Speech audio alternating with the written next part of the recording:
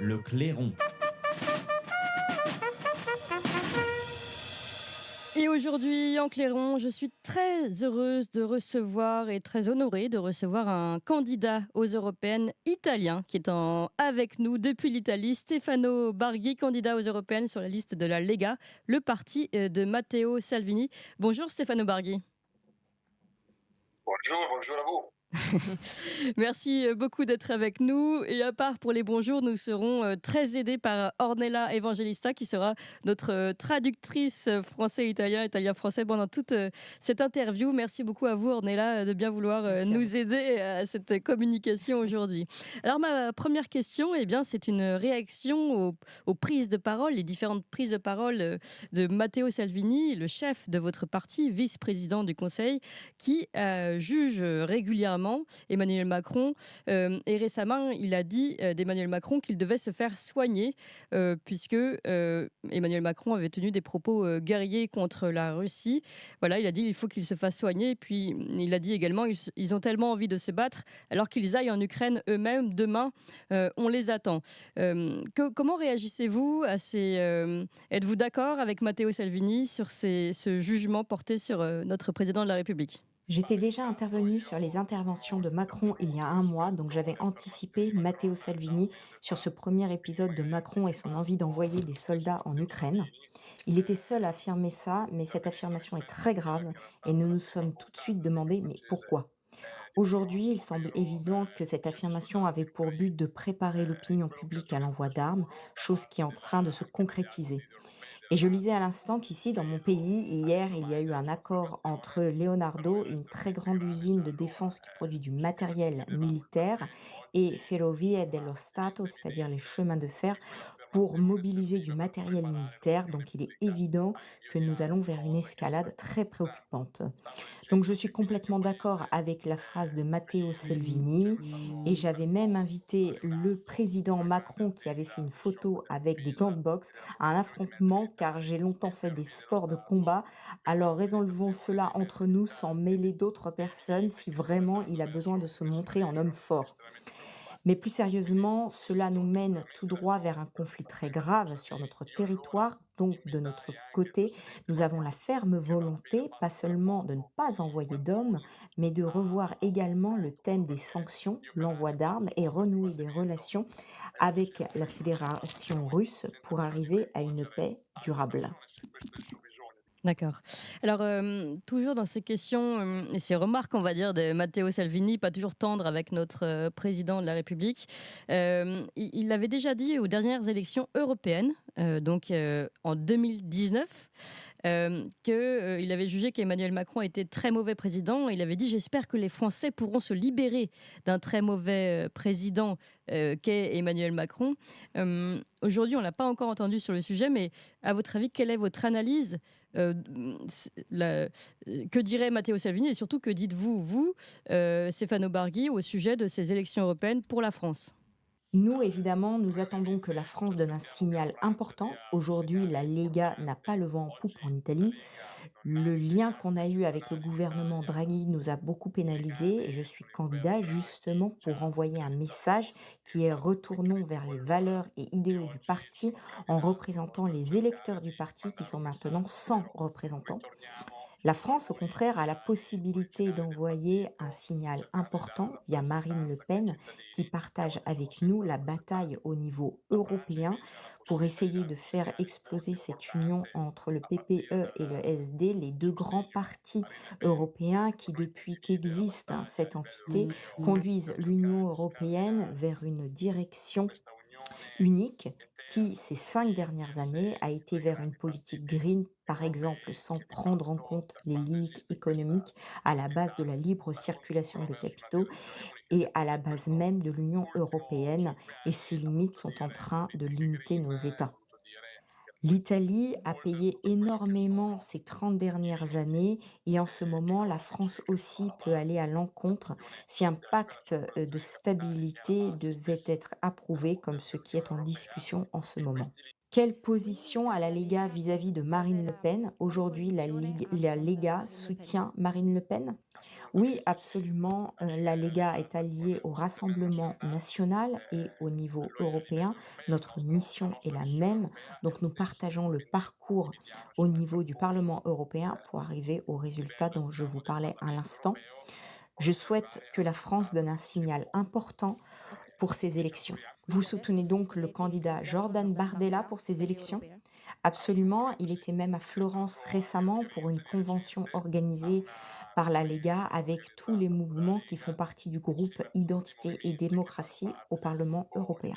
Alors, ma question justement, puisqu'on parle de Marine Le Pen, Marine Le Pen a proposé récemment, dans le journal italien Corriere della Sera, a proposé à Madame Meloni d'obtenir une union des partis de droite durs au Parlement européen pour un super groupe d'extrême droite. D'abord, est-ce que ce super groupe concernerait la Liga et comment vous voyez cette idée de super groupe? Ça serait un résultat positif si ce groupe rompait le lien existant entre le Parti populaire et le Parti socialiste et cassait la gouvernance européenne qu'il y a eu jusqu'aujourd'hui. Alors on pourrait changer les paramètres politiques et les priorités de l'Europe qui descendent ensuite vers les États. En partant par la reconnaissance des valeurs et de l'identité des États séparément, qui est la mission de notre groupe au Parlement, en récupérant également de la souveraineté, surtout d'un point de vue monétaire et économique, pour pouvoir exister en tant qu'alliance entre pays et se développer en gardant les spécificités de chaque pays. Justement, dans cette question de garder ses spécificités, ça fait partie des questions que je souhaitais vous poser sur la normalisation. D'une certaine façon, on appelle ça comme ça en France, du groupe de Marine Le Pen, enfin du parti de Marine Le Pen, le Rassemblement national, euh, qui a tendance à vouloir se faire de plus en plus accepter, tout comme Giorgia Meloni, avec Fratelli d'Italia, qui essaye de plus en plus de jouer un jeu, en tout cas stratégique au niveau européen, et de se faire accepter jusqu'à Ursula von der Leyen. Donc cette démarche de normalisation, pensez-vous qu'elle fonctionne? Visiblement, en tout cas en termes d'élection, elle fonctionne.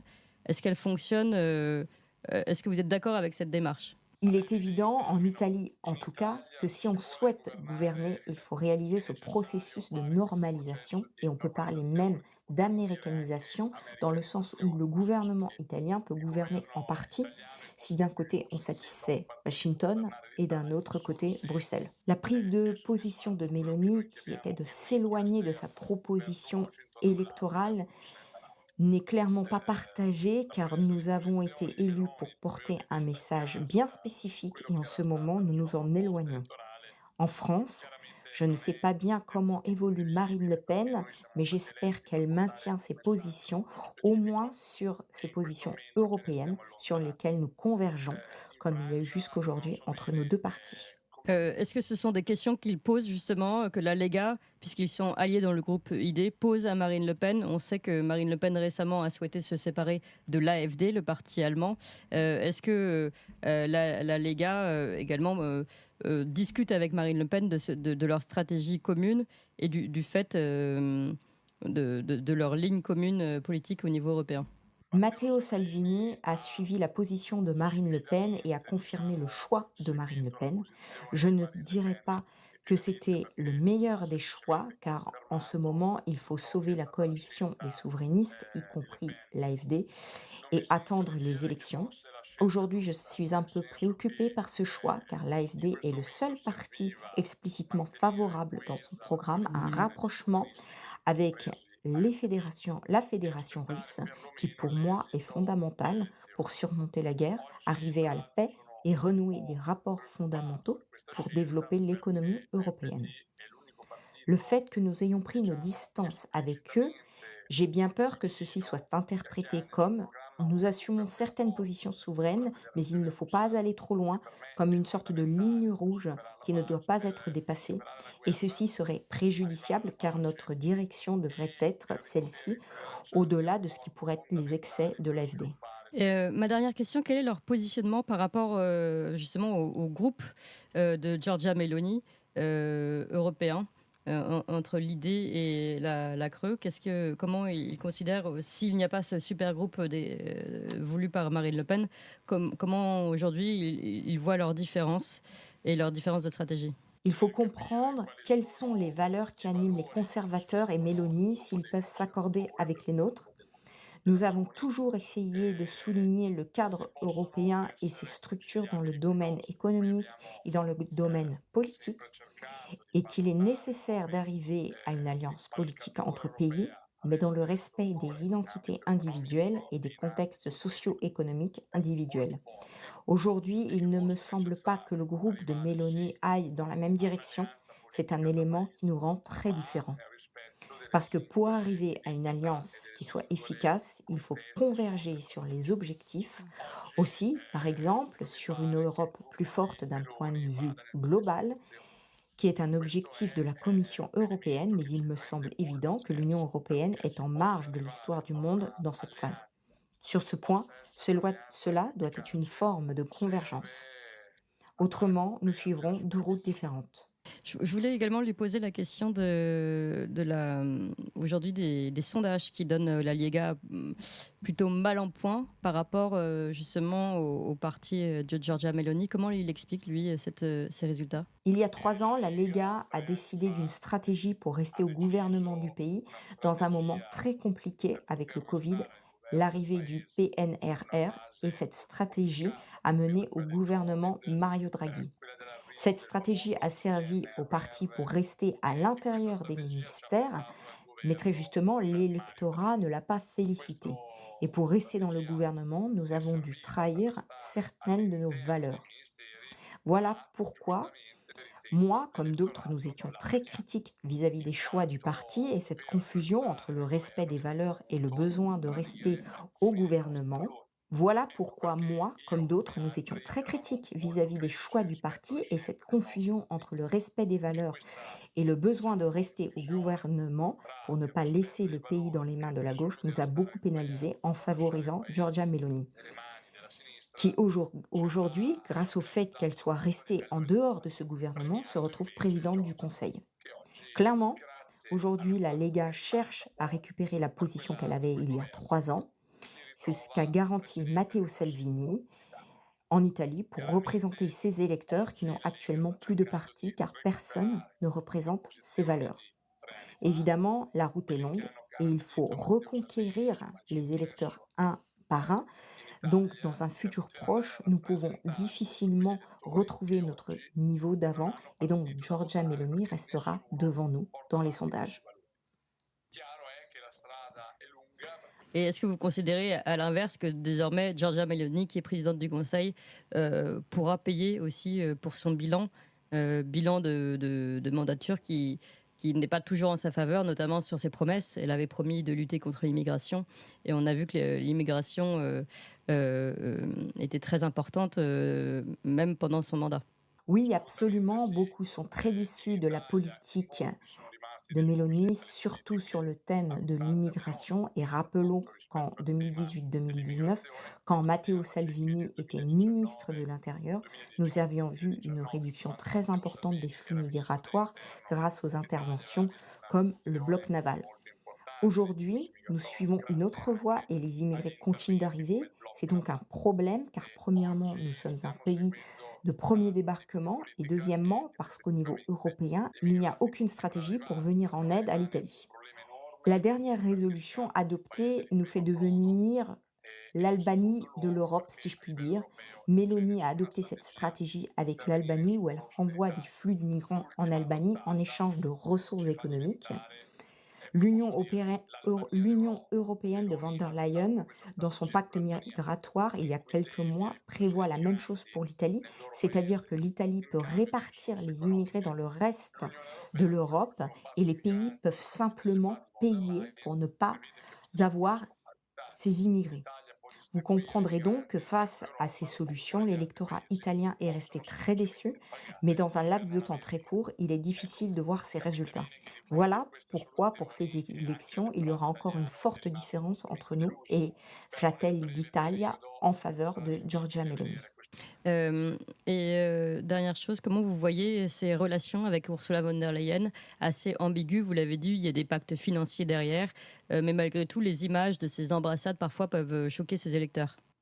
La politique d'Ursula von der Leyen au cours de ces 5 dernières années a été très rejetée par l'Italie.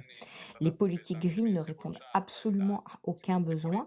Premièrement, car le CO2 n'est pas un gaz mortel, il fait partie de notre monde et sert aussi à faire naître la vie. Et deuxièmement, car ce sont des politiques pensées par des personnes qui n'ont pas un contexte familial et d'entreprise comme l'Italie. Donc, sur nous, elles ont un poids énorme. Par exemple, la directive Case Green, donc maison verte, pèsera pour les Italiens, d'après l'estimation de notre ministre, environ 1000 milliards d'euros. C'est donc quelque chose qui va tomber sur le budget de beaucoup de familles italiennes. C'est donc difficile pour nous d'appuyer des politiques aussi distantes de nos besoins. Bien sûr, le rapprochement de Meloni et von der Leyen et Zelensky ne la récompense pas.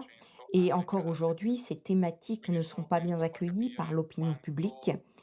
Il faut du temps, mais avec ces élections, nous verrons déjà un signal important. Je pense que la Lega fera beaucoup mieux que ce qui est prévu.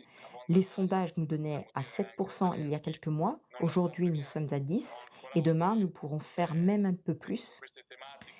Ceci sera un signal important, même envers le gouvernement et les politiques qu'adopte Mélanie en ce moment.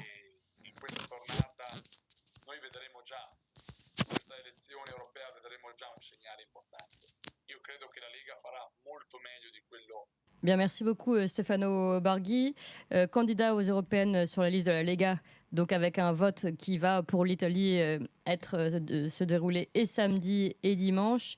On vous souhaite bonne chance évidemment pour votre candidature. Est-ce que vous voulez ajouter quelque chose, un mot aux Français qui vous écoutent? Merci, au revoir. Merci beaucoup Grazie Stefano mille Barghi. e in bocca al lupo.